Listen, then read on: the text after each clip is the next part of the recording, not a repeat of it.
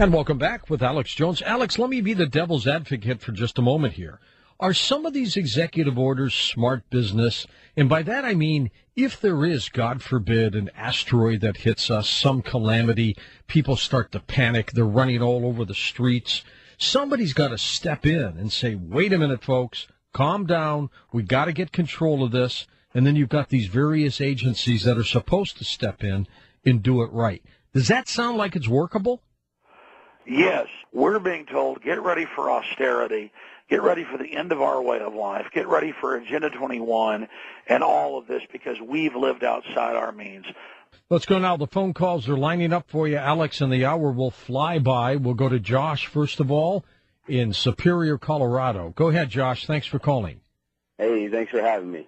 My pleasure. Hey, I got to say it's pretty rare to get both of you on the same phone line at once. You got us. Well, how are you, Alex? I'm good, Josh. Good to hear from you. I got to thank you for all the good work you've done and illuminating everyone and really bringing people to the brink of awareness. Well, again, please don't thank me. I've got children. I just want to live in a free country. Okay. When they start rounding people up, throwing them in these camps, when they start really implementing these things, all these things they're doing, what are we supposed to do? When telling people is not enough, what are we supposed to do? Are we supposed to form some sort of coalition, perhaps, maybe, such as the Founding Fathers did when such tyranny was being brought upon them? What are we supposed to do? I think we're past the time of talking and awakening people. They are implementing these tyrannical bills against the Constitution and at an alarming rate, and I'm not exactly sure what it is we're supposed to do. Let's find out on that, Josh. Thank you for calling. First of all, Alex, they're not going to just round people up off the streets for nothing, for no reason. Something's got to happen for that to all occur. Yes. What do you think that could be? Well, we've seen this in other authoritarian systems.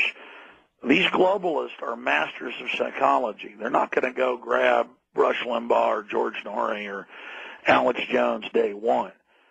Look, the average person that works for the system is a big black with syphilis, and that's where I have to address what the caller just said, and then I want to address what right. Josh, he sounded like he was tipping toward, grabbing the gun and being ready. Yeah. Look, get a shooting war going because we are beginning to dominate the New World Order. So I understand the frustration of not just wanting to talk, engage in violence offensively. I've been to urban warfare drills where they're practicing putting Americans in camps. They're not fun, are they? They're not fun. And the role players scream, I'm an American, don't take my gun. But the other role players scream, I'm an American, let me in the camp. So they're pushing these emergency centers as centers for emergency. So they're going to sell it like that. So this isn't, look, the tyrants may put it on paper that they can secretly arrest us and torture us, but it's another thing to actually implement. So the power, all these people, there's record gun sales. Everybody I know says they're locking and loading and getting ready, and I say to them, look, fine, have your guns. Nothing wrong with that to fight criminals, whatever the case is. It's a good deterrent. And defend yourself. But don't not get involved at city council or the state house.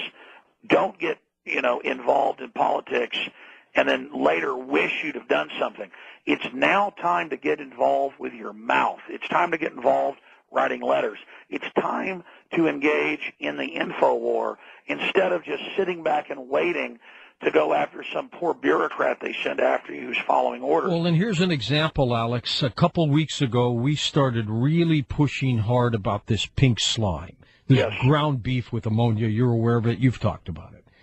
And you know what? After enough people got ticked off and went to their local school districts, the feds backed off, and now they're giving the states the rights to just do what they want to do, cancel it if they want to. That's unprecedented. Exactly, George. I remember hearing you 2,000 years ago on the radio fighting the different acts that they had in place, the Model States Health Emergency Powers Act, where they were going to openly forcibly inoculate all the first responders, police, fire people, others.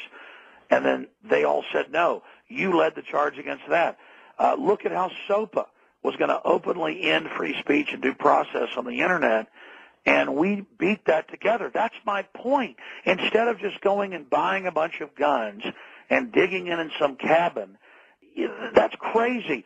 Why don't you go to the police station shooting the first cop that comes by 100 times if that's what it takes? We have to be smarter as Americans and come together and say, you know what, we figured out what you've done, and we're not going to play games. We're not going to be fooled. That's a good point. A true point. I think true strength is being prepared, but in mass to fight these things, and I think we can win.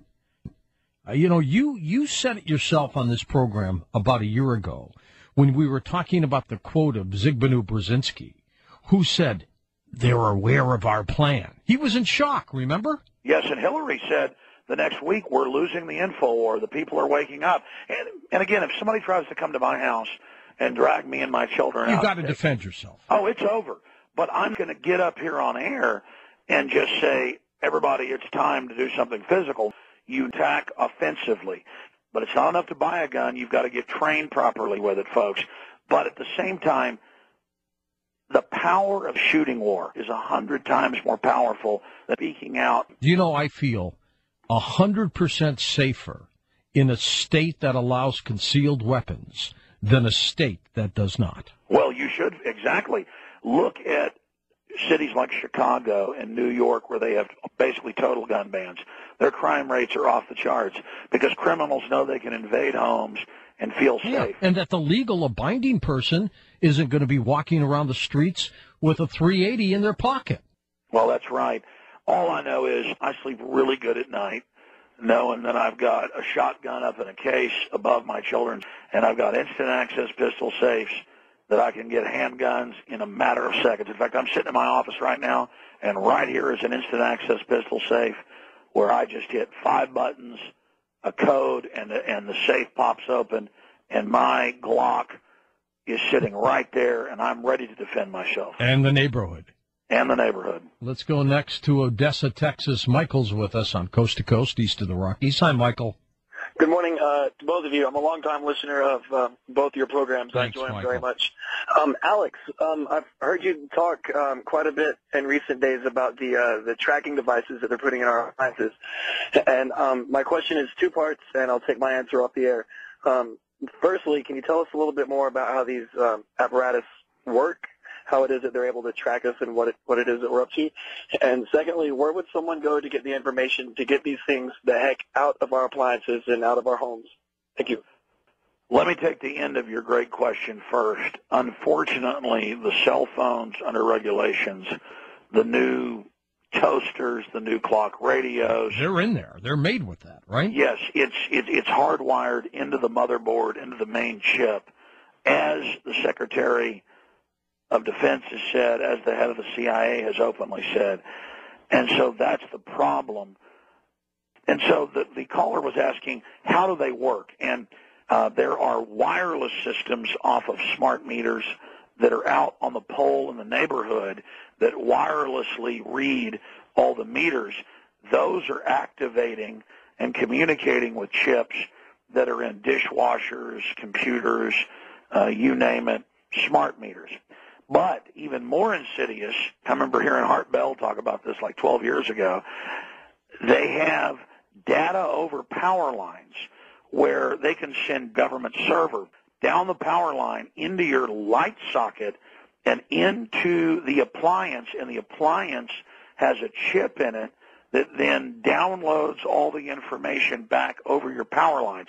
But it gets worse, where the light bulb flickers in a Morse code rate faster than the eye can see. The light bulb basically then interfaces with your computer, and the government can then access your computer via the light bulb and tell the computer where to log in, where to go, and then download all the contents of your computer. Your appliances are watching you, and you no longer have a Fourth Amendment. Oh, that's a good point, Alex. Alex, we're going to take this break. We're going to come back with you in just a moment. as we will take final phone calls with Alex Jones. Split show for you tonight. Later on, Oberon Zell joins us as we talk about wizards and strange creatures right here on Coast to Coast AM. If you need to follow Alex, if you want to track his work, he's got 2 major websites. He's also got a TV project underway. You can get that information as well when you go to Infowars.com, PrisonPlanet.com. He's got a slew of DVDs and videos out there, including Endgame, Terror Storm, and they are some of the best. We'll be back.